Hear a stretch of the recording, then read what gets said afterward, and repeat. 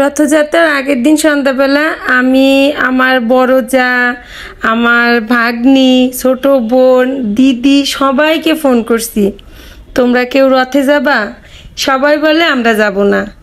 কি করব, আমার তো খুব যাওয়ার ইচ্ছা, আমি যাবই।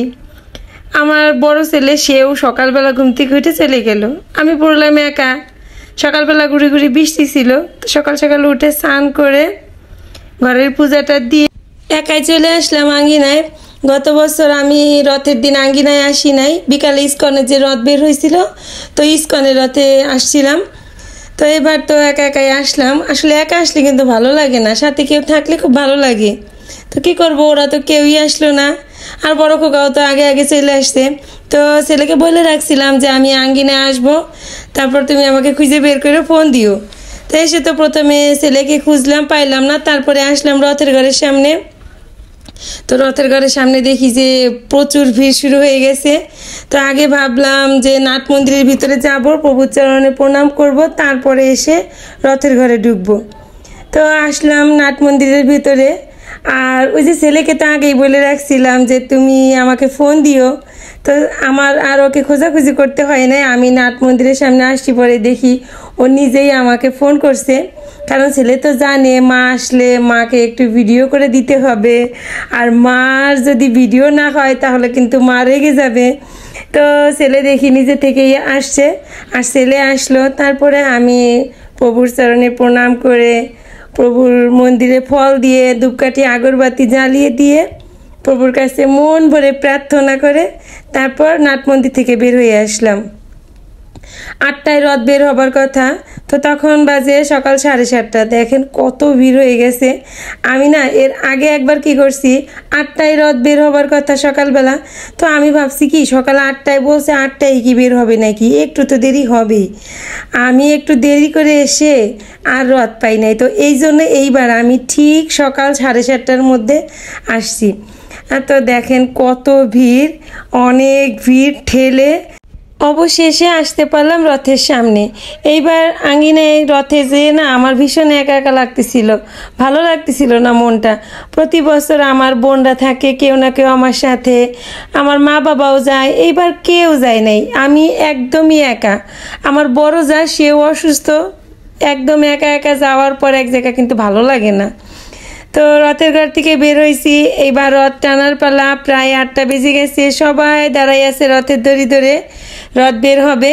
তো আমি আঙ্গিনার ভেতর থেকে রথের দড়িটা একটু ধরে চলে আসলাম একেবারে হাঁটতে হাঁটতে সোজা মেন রাস্তার উপরে।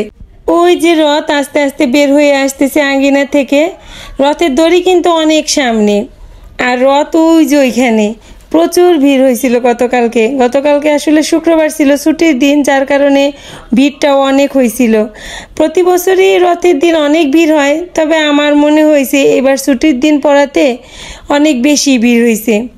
তো আমার না এই রথে যাওয়ার পর অনেক কিছু মনে পড়তেছিল। আমার 2 ছেলে যখন ছোট ছিল, ওরা যখন হাঁটতে পারতো না এত ভিড়ের ভিতরে, ওদেরকে কোলে নিয়ে ভিড়ের মধ্যে কত কষ্ট করে রথের দড়ি ধরে যাইতাম। আর এখন তো আমার 2 ছেলে বড় হয়ে গেছে, এখন আর তাদের মা লাগে না। বড় ছেলে তো বড়টার মতো যায়, যদিও ছোটটা যায় নাই, সে ঘরেই ছিল। তারপর এই তো নিরিবিলি নিশ্চিন্ত মনে একা একা প্রভুর নাম স্মরণ করতে করতে প্রভুর দড়ি ধরে টানতে টানতে চলে আসলাম আমরা সবাই মিলে ব্রাহ্মণকান্দা। আর এখানে আসার পর দেখা হয়ে গেল আমার মেজো বোনের বরের সাথে। ও আবার প্রসাদ পাইছিল, তো আমাকে প্রসাদ দিল। আমি তো অত ভিড় ঠেলে ভিতরে যাইতে পারি নাই। রথ আসার পরে আমার বোনের বর আগেই ওই ভিড়ের মধ্যে চলে যায় প্রসাদ আনতে। তো প্রসাদ নিয়ে আসছে, আমি বেছে বেছে একটা নটকনা নিলাম। আর ওইখানে আবার চকলেট দিছিল, আমি আগেই একটা চকলেট পাইছিলাম। তো বোনের বর বারবার বলতেছিল, বড়দি আর দিয়ে একটা ফল রাখেন প্রসাদ। আমি রাখি নাই, বললাম যে বাসায় নিয়ে যাও। তো ওই যে দেখুন চলে আসছে রথ ব্রাহ্মণকান্দা। এখানেও জগৎপ্রভু সুন্দরের আর একটা মন্দির। তো প্রত্যেক বছর রথ নিয়ে আমরা এখানে আসি, আর এখানে আসার পর হচ্ছে পূজা হয়, সবাইকে প্রসাদ দেয়। তো আমি আর ভিড়ের মধ্যে প্রসাদ আনতে যাই নাই। ওই যে আমার বোনের বর যে নটকনা দিয়ে গেল, তো নটকনাটাই এখানে বসে বসে খাচ্ছিলাম। আমার আবার গত কয়েকদিন যাবৎ পায়ে একটু ব্যথা হয়েছে, একটু হাঁটলেই অনেক পাটা ব্যথা করে। তো এখানে বসে বসে কিছু সময় আমি একটু রেস্ট নিলাম। আর তারপরে ওইখানে ব্রাহ্মণকান্দায় আবার রথ বেশি সময় দেরি করে নাই, অল্প কিছু সময় থাকার পরে ওইখান থেকে রথ বের হয়ে আসে। আবার আমরা হাঁটতে শুরু করলাম, সবাই প্রভুর নাম স্মরণ করতে করতে সবাই মিলে একসাথে গাইতে থাকলাম, রথে আমার প্রাণনাথ জগৎবন্ধু জগন্নাথ। রথের দিনে সকালবেলা রথে গেলে এত ভালো লাগে। এই যে আমরা সবাই হাঁটতে হাঁটতে ব্রাহ্মণকান্দা গেলাম, ওইখান থেকে হাঁটতে হাঁটতে আবার রথে ধরে টানতে টানতে আঙিনায় চলে আসলাম। এই মুহূর্তটা যে কি শান্তির, এইটা বলে বোঝানো যাবে না যে কি শান্তির। তো আমাদের প্রভু তো রাজপথে, তো প্রভু রথে ধরে টানতে টানতে আমরা প্রভুর নাম স্মরণ করতে করতে চলে আসলাম শ্রীধাম শ্রী অঙ্গনের একদম সামনে। ওই যে শ্রী অঙ্গনের গেটটা দেখা যাচ্ছে দূর থেকে, এত ভালো লাগতেছিল। প্রভুর রথের দড়িটা টানতে টানতে কত কিছু মনে মনে প্রভুর কাছে চাইলাম। নিজের মা বাবার মঙ্গল কামনা করলাম, নিজের মা বাবা ভাই বোন স্বামী সন্তান সংসার সব কিছুর জন্য কত কিছু প্রভুর কাছে মনে মনে চাইলাম, কিন্তু একবারও কিন্তু জানতে চাইলাম না প্রভু তুমি কেমন আছো। আমরা কিন্তু এইটাই করি, মন্দিরে গেলে আগে নিজেদের জন্য প্রার্থনা করি, এইটা চাই ওইটা চাই, কখনো ঈশ্বর কেমন আছে এটা আমরা কেউই জানতে চাই না। তো চলে আসলাম আমরা শ্রী অঙ্গনে রথ নিয়ে। আর এখানেও আসার পরে সবাইকে প্রসাদ দেয়, তো সবাইকে প্রসাদ দিচ্ছিল। এত ভিড়ে তো আর আমার যাওয়া সম্ভব না, প্রত্যেক বছর আমার বোনেরা সাথে থাকে, ওদের সাথে একটু যাই আগাই প্রসাদ নিতে। এইবার ওই যে বললাম আমি একা, আর একা কিন্তু বোকা বোকাই লাগে। তো আমি দূর থেকে দাঁড়িয়ে দাঁড়িয়ে দেখলাম সবাই সব অনেক আনন্দ করে প্রসাদ নিচ্ছিল। মুহূর্তটা কিন্তু অনেক অনেক আনন্দের, কে নিতে পারে কার আগে প্রসাদ। তো ওইখানে তো সবাই প্রসাদ নিচ্ছে, আর এইখানে আমি একটু বসলাম আমার বড় ছেলেকে খুঁজতে। তো দেখি বেশি খুঁজতে হয় নাই, বড় ছেলেই আমার সামনে এসে দাঁড়াইছে। তো ও যায় নাই ব্রাহ্মণকান্দা, ওর মন্দিরে কাজ ছিল। তো এখানে আসিয়া বসার পরে বড় ছেলে বলতেছে চলো মা তোমাকে ভিডিও করে দেই, ছবি তুলে দেই। আর এই তো এরপরে চলে আসলাম আবার রথের সামনে, একটু ভিডিও নিলাম, কিছু ছবি তুললাম মা বেটা মিলে। আর থাকবো না, অনেকটা সময় থাকছি। সবাই প্রসাদ খাচ্ছিল, রথযাত্রার পরে সবাইকে খিচুড়ি প্রসাদ খাওয়ায়।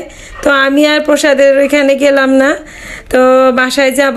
আর এই যে হচ্ছে দেখুন কত সুন্দর রথের মেলা বসছে, বিকেলবেলা আরও বসবে। তো সকালবেলা তো অল্প কিছু দোকান ছিল। আবার আমি একাই চলে আসলাম বাড়িতে। আমার বড় ছেলে বলল মা তুমি বাসায় চলে যাও, আমার আসতে আর একটু দেরি হবে, কারণ তার আঙ্গিনায় কাজ আছে।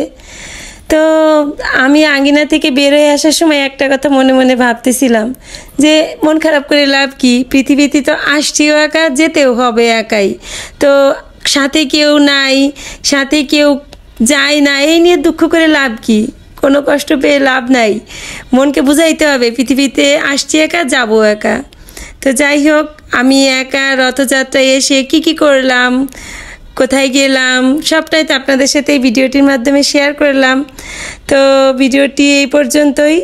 আমার আজকের এই ভিডিওটা ভালো লাগলে অবশ্যই কিন্তু আপনারা লাইক কমেন্ট শেয়ার করে পাশে থাকতে ভুলবেন না।